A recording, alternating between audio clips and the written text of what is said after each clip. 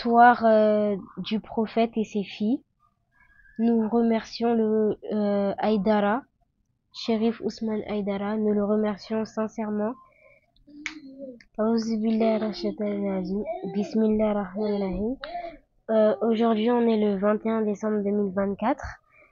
On est venu ici pour fêter l'anniversaire de Fatima Zahra.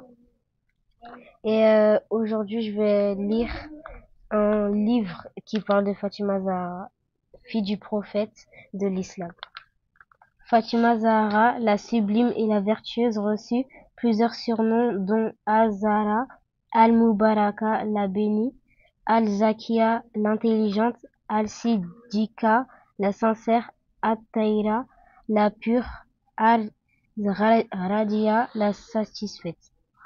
Fatima Zahra est la quatrième fille du prophète de sa première épouse Khadija. Les 4 filles du prophète vécurent jusqu'à l'avènement de l'islam, embrassèrent cette religion et émigrèrent à Médine.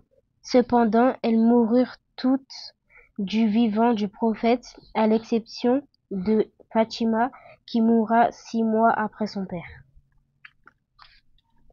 Cheikh As-Sadouk mentionne un hadith authentique selon lequel, quand le prophète revenait d'un voyage, il allait premièrement chez sa fille, y restait quelque temps avant de se diriger à la mosquée, puis chez ses femmes.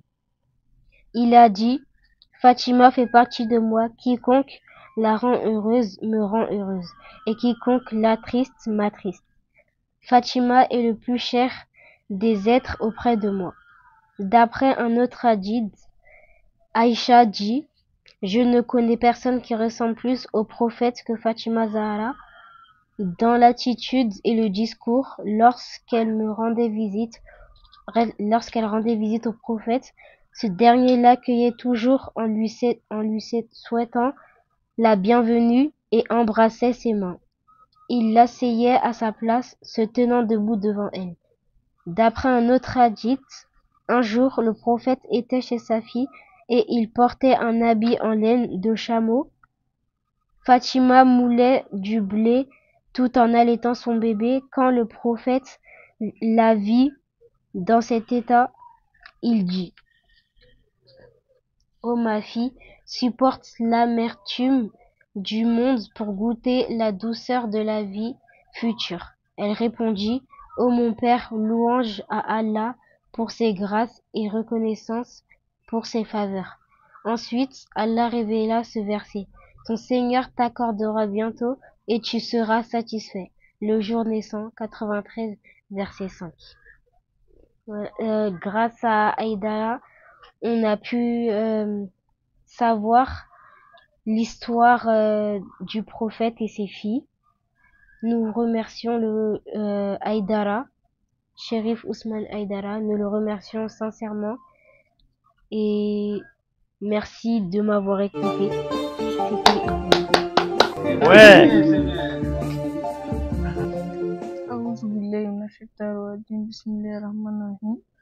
Je vais continuer l'histoire de Fatima. Tandis que Fatima vivait dans des conditions difficiles et travaillait beaucoup, elle ne se plaignait pas, ne s'en prenait ni à son père ni à son époux et ne reprochait pas à Allah ce qu'il avait décrété pour elle. Elle acceptait sa situation et remerciait son Seigneur pour le bien qu'il lui avait accordé et le mal qu'il lui avait évité. D'ailleurs, d'après une parole du prophète, celui qui, au matin, est en sécurité de sa famille, est en bonne santé et possède sa nourriture de la journée, c'est comme s'il possédait la vie d'ici-bas et ce qu'elle contient. Rapporté par Tirmidhi. Le prophète lui connaissait le courage et la patience de sa fille, et il savait aussi qu'Ali faisait son possible pour mener son ménage alors qu'il ne cherchait pas à intervenir en quoi que ce soit et ne jamais un mot de critique, bien au contraire, il encourageait sa fille bien-aimée en lui rappelant l'importance de l'au-delà.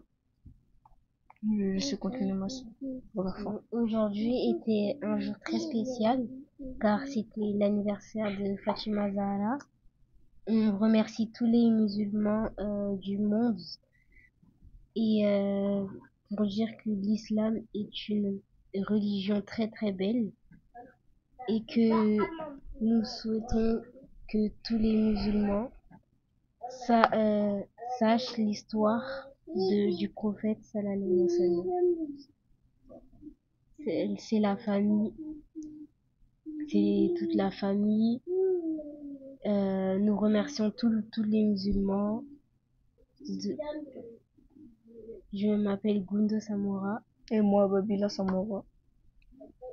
et je vais laisser continuer mon frère. Toute ma famille, on remercie tout le monde et voilà. Merci.